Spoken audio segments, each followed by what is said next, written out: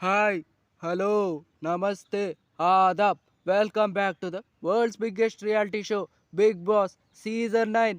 ఈసారి చదరంగం కాదు, రణరంగమే. కానీ రణరంగమే లేదు బిగ్ బాస్ హౌస్లో. ఏంటి మై డియర్ కంటెస్టెంట్స్? సార్ మేమందరం చాలా బాగా గొడవ పడుతున్నాం సార్. రణరంగం అంటే గొడవ ఒక్కటి కాదు. టాస్కులు బాగా ఆడాలి, నామినేషన్స్లో పాయింట్స్ కరెక్ట్గా చెప్పాలి. సార్ మేమందరం నామినేషన్స్లో కూడా చాలా మంచి పాయింట్స్ పెట్టాం సార్. మేమందరం ఏం పాయింట్స్ పెట్టారు? అందరూ కలిసి తనుజ మీదకి వెళ్ళటమా మీరు చేసింది? సార్ మేము పాయింట్స్ చెప్పాం సార్. ఎందుకు సార్ నలుగురు నలుగురు మాట్లాడుతుంటే టార్గెట్ చేసినట్టు ఎందుకు అనుకుంటున్నారు సార్ మీరు? అలాగే అనుకుంటారు, చూసే వాళ్ళకి అలాగే అనిపించిద్ది. ఒక మనిషిని నలుగురు ఐదుగురు కలిసి గట్టి గట్టిగా అరుస్తుంటే అది టార్గెట్ కిందకే వస్తుంది.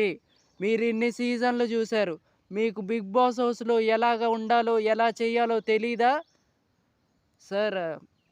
మేము చూసాం సార్, కానీ మేము పాయింట్స్ మాట్లాడుతున్నాం సార్. కానీ బయటికి అలా టార్గెట్ లాగా కన్వే అవుతుంది సార్. ఏదైనా మీరు ఒక కంటెస్టెంట్ ఇప్పుడు ఒక కంటెస్టెంట్ని నామినేట్ చేస్తే మీరు అదే కంటెస్టెంట్కి వెళ్ళి అదే ఓటు గుద్దుతున్నారు. అదే ఓటు గుద్దితే ఆడియన్స్కి డౌట్ రాదా? టార్గెట్ చేస్తున్నారని అనిపిదా? మీరేమంటారు ఆడియన్స్? ఇప్పుడు ఒక కంటెస్టెంట్ని నలుగురు ఐదుగురు కలిసి మీదకెళ్ళి మాట్లాడుతుంటే అది టార్గెట్ కిందకు వచ్చిద్దా రాదా? సార్ ఖచ్చితంగా వచ్చింది సార్. మీరు చెప్పింది అబ్సల్యూట్లీ కరెక్ట్ సార్. మరి మీరు సీజన్ 2 చూశారు, సీజన్ 5 చూశారు, సీజన్ 7 చూశారు. సో ఇవన్నీ చూసాక కూడా మీరు ఒకే కంటెస్టెంట్ని అంతమంది నామినేట్ చేస్తే ఆడియన్స్ ఏమనుకుంటారు? టార్గెట్ చేస్తున్నారని అనుకుంటారా లేదా? బిగ్ బాస్ తెలుగు షో అంటేనే అది.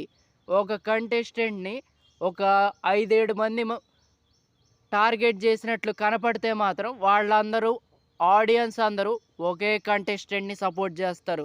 అది మీకు తెలుసా తెలీదా? సార్ మాకు తెలుసు సార్. అయినా మేము మా పాయింట్లు చెప్పాం సార్.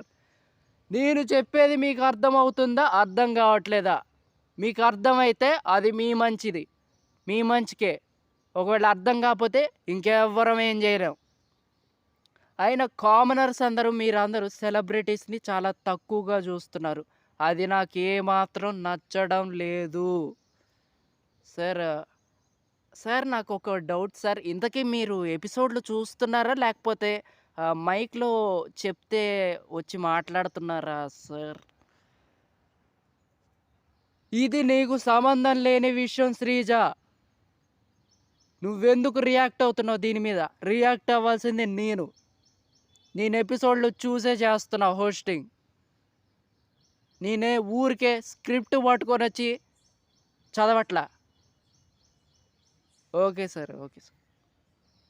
సార్ మీరు కోప్పడకండి sir. Okay. Yeah! Coming back to the yesterday's fight. Yeah!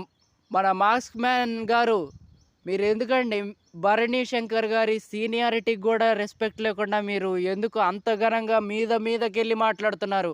కొడతారా? సార్ కొట్టను సార్. ఎందుకు కొడతాను సార్? కాపోతే నేను నా పాయింట్‌ని చెప్తున్నాను సార్. పాయింట్ చెప్పాలంటే మీదకెళ్ళి చెప్పాలా? దూరం నుంచెళ్ళి గూడా చెప్పొచ్చు కదా!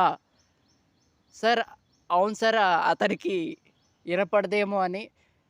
తనకి చెవులు బానే పనిచేస్తున్నాయ్యా. నీ ఎటకారం తగ్గించుకో ముందు. Sir okay sir. చెప్తున్నాను సార్ పాయింట్.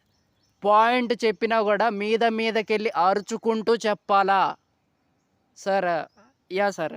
మీరు చెప్పింది అబ్సల్యూట్‌లీ కరెక్ట్ సార్. నేను ఒప్పుకుంటా. కానీ ఆహ్, నాకు సడెన్‌గా అలా కోపం వచ్చేసింది సార్. నేను ఏది దాచుకోను. నేను నా మాస్క్ తీసేసే మాట్లాడుతున్నాను సార్. నేను అడిగేదేంటి? నువ్వు చెప్పేదేంటి? నేను అడిగిందేంటి?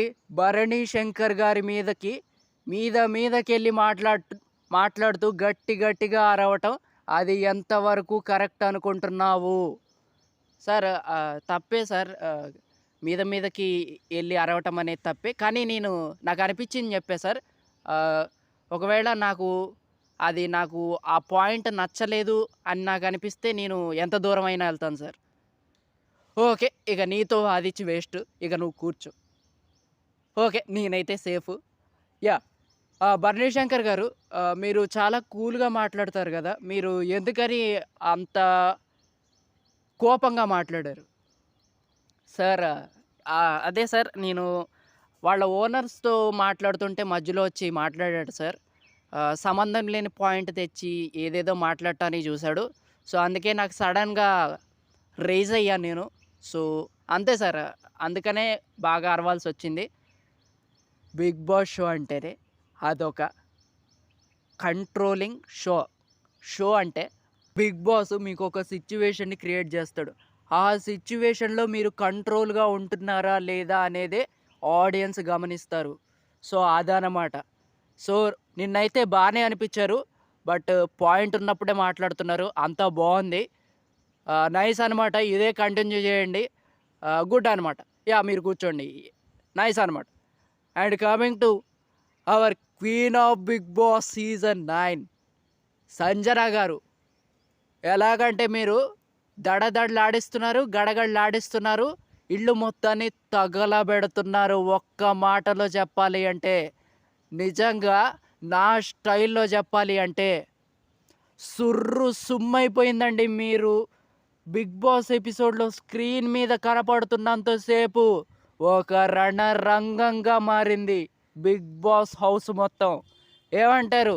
మీ ఒపీనియన్ ఏంటి సంజన గారు? చెప్పండి. చెప్పండి. మీ ఒపీనియన్ కోసం మన ఆడియన్స్ వెయిట్ చేస్తున్నారు. అండ్ నేను కూడా వెయిట్ చేస్తున్నాను. చెప్పండి. చెప్పండి. యాహ్! సార్. నేను తిన్నది ఒక్క గుడ్డే. ఆ ఒక్క గుడ్డు కోసం వీళ్ళందరూ ఎందుకంత కొట్టుకున్నారో నాకైతే అర్థం కాలేదు. అండ్ దాన్ని చూసి నాకింకా చాలా నవ్వొచ్చింది. అండ్ అందుకనే నేనొక మంచి నవ్వైతే నవ్వాను. అండ్ భరణి శంకర్ గారు చెప్పినట్టే ఒక నవ్వైతే నవ్వి ఊరుకున్నా సార్. ఇక మొత్తం రచ్చ రచ్చ అయితే అయిపోయింది ఇక 'బిగ్ బాస్' హౌస్‌లో. ఏదేమైనా అసలు నా గేమ్ వీళ్ళకి అర్థం కావట్లేదు సార్. అదే ప్రాబ్లమ్. ఒక్క చిన్న గుడ్డు తినడానికి అంతమంది కొట్టుకుంటారని నేను అనుకోలేదు సార్. అసలు నిజంగా నెక్స్ట్ లెవెల్ సార్ అసలు. సూపర్ అండి మీరు మాత్రం అసలు. అసలు అన్నీ కలిపి కొట్టారండి.